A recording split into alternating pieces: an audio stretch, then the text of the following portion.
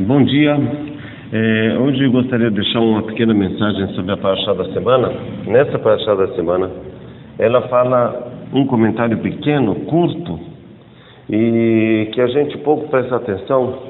Lá está escrito que os olhos de Leia eram sensíveis.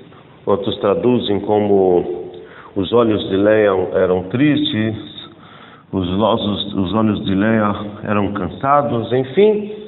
A Torá não fala por quê. A Torá não traz a razão pela qual ela escreve sobre Leia.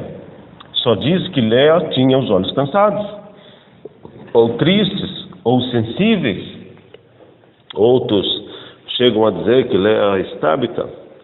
Mas qual a razão para a gente que vê com outros olhos o assunto? Quando a gente estuda um pouquinho mais, quando a gente vai para uma Guemará, quando a gente vai para um Midrash e dá uma olhada com um pouquinho mais profundidade, a gente acaba descobrindo algo tão maravilhoso, tão importante que a Torá trouxe ali, que aos olhos de muitos passam sem perceber. Está escrito na Guemará de Baba Batra 123a, um relato sobre esse assunto. Lá está escrito que Leia saía nas ruas a procurar saber como Yaakov vivia, como era a vida de Yaakov, e também comparava a vida de Yaakov Avinu com a vida de Esav. E quando ela comparava a vida entre os dois, ela se entristecia e chorava. Por quê? Porque ela sabia que ela estava predestinada já pelas famílias a casarem o filho mais moço com a filha mais moça e o filho mais velho com a filha mais velha. A filha mais velha era ela, e ela sabia que estava predestinada a casar com Esav. E quando ela perguntava nas ruas, pelas pessoas que vinham daquela terra, onde morava Esav e Yaakov, ela perguntava sobre Esav e as pessoas traziam más informações. Sempre falavam mal sobre Esav. Contava que Esav era um rachá, contava que Esav era uma pessoa impiedosa, contava que Esav era uma pessoa estúpida, agressiva, violenta. E quando ela perguntava sobre Yaakov, sempre falavam bem, que era um homem bom, que era um homem benigno, que era um homem de estudante de Torá, era uma pessoa amável. E quando Leia ouvia essas coisas, logo chorava e se entristecia. Diz que Leia chorava nas ruas, caminhava e chorava. Esse é o relato da Guemará de Baba Batra 123a.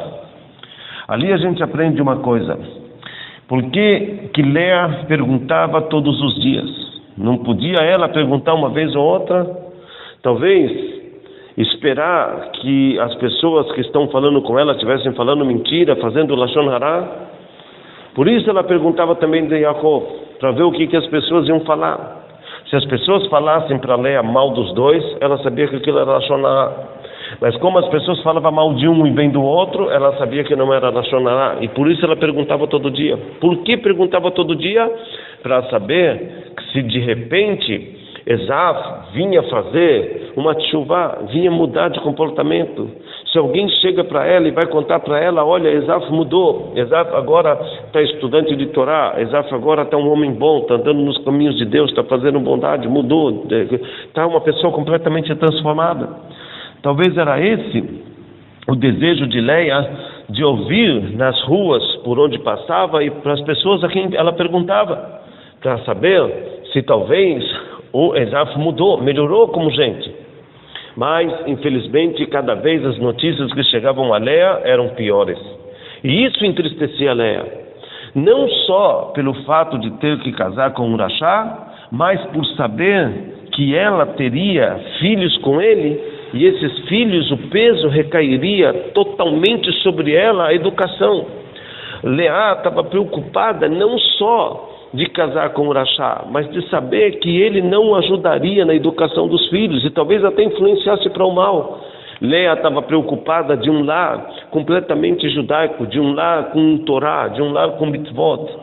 Leia estava preocupada de ter um lar com tzniut, com kashrut. Leia estava preocupada com o lar racídico de Torá, e ela sabia que isso ia depender totalmente dela, e que possivelmente o pai poderia puxar o filho para um caminho mau. Essa era a preocupação dela, essa era a preocupação de Leia.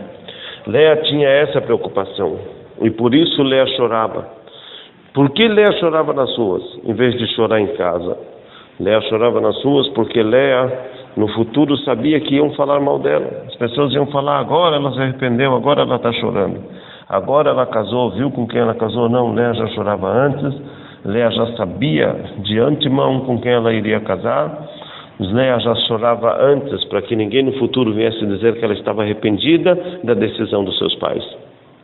Mas quando a gente chora, quando a gente derrama lágrimas, quando a gente força as portas dos céus com nossas lágrimas, a Kadosh Baruch Hu, ele muda a nossa história, ele muda o veredito, ele muda aquilo que os homens decidiram, ele muda aquilo que os professores falaram, ele muda aquilo que a medicina deu o veredito, ele muda o diagnóstico do médico, ele muda aquilo que foi dito, falado, planejado, escrito e determinado pelos homens.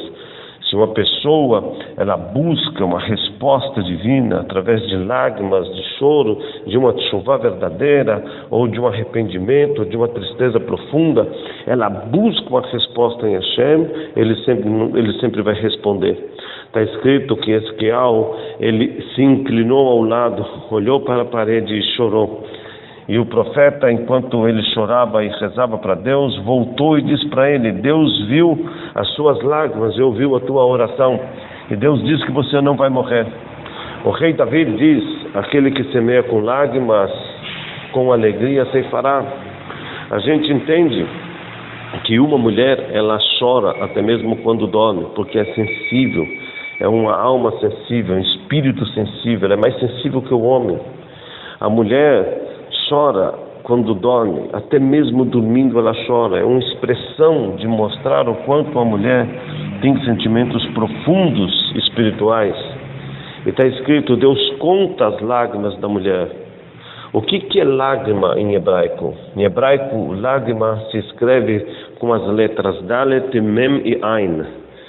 Essa palavra significa lágrimas, mas o que significa se nós dividirmos essa palavra? Separamos Dan para um lado e Ain para o outro, fica a palavra Dan Ain, ou seja, sangue dos olhos, ou sangue do olho. O que é a lágrima? É um esforço da pessoa, é uma força que a pessoa traz de derramar suas lágrimas, e essas lágrimas é um esforço muito grande. Por algum motivo choramos, às vezes choramos de alegria, quem dera que sempre fosse assim, ou choramos de tristeza, por dor, por sofrimento. Apesar de termos tantos motivos de agradecer a Deus pelas coisas boas, parece que nos apegamos com as coisas ruins da vida, e são por elas que nós derramamos lágrimas, são por elas que nós choramos. Quem dera Deus nos ajude que a gente venha chorar mais de alegria, chorar pelo riso, chorar de felicidade, chorar de tanto rir. Mas Leia não era esse o caso. Leia chorava, com medo do que seria seu futuro e o futuro dos seus filhos. Esse era o medo de Leia. E seu choro, suas tefilot, suas orações atingiram os céus. E a Kadosh Baruch Hu mudou a história de Leia, dando para Leia uma mudança. Leia não casou com Esav, Leia casou com Yaakov. Leia não teve filhos com Esav, Leia teve filhos com Yaakov. Leia não foi enterrada com Esav, Leia foi enterrada com Yaakov. Deus mudou o veredito, e Deus pode mudar o seu veredito, aquilo que foi determinado sobre você, aquilo que foi escrito, a história que foi escrita sobre você. Se você lutar, se você orar, se você rezar para Hashem, se você confiar em Hashem, se você derramar lágrimas, não aceitando o que lhe foi determinado sobre ti, se você confiar, tiver emuná, fé, você vai ver que a sua história vai ser outra. Não vai ser a história que você tem vivido de fracasso, de queda, de tristeza, de choro, de prantos por dor, por sofrimento, por doenças, por perdas, coisas que não dão certas. Deus pode mudar tudo isso e fazer que você tenha uma vida com significado e que a tua vida venha no futuro ser uma vida não de lembrança de tristeza, mas de lembrar com alegria os benefícios que nosso Deus Hashem fez por você.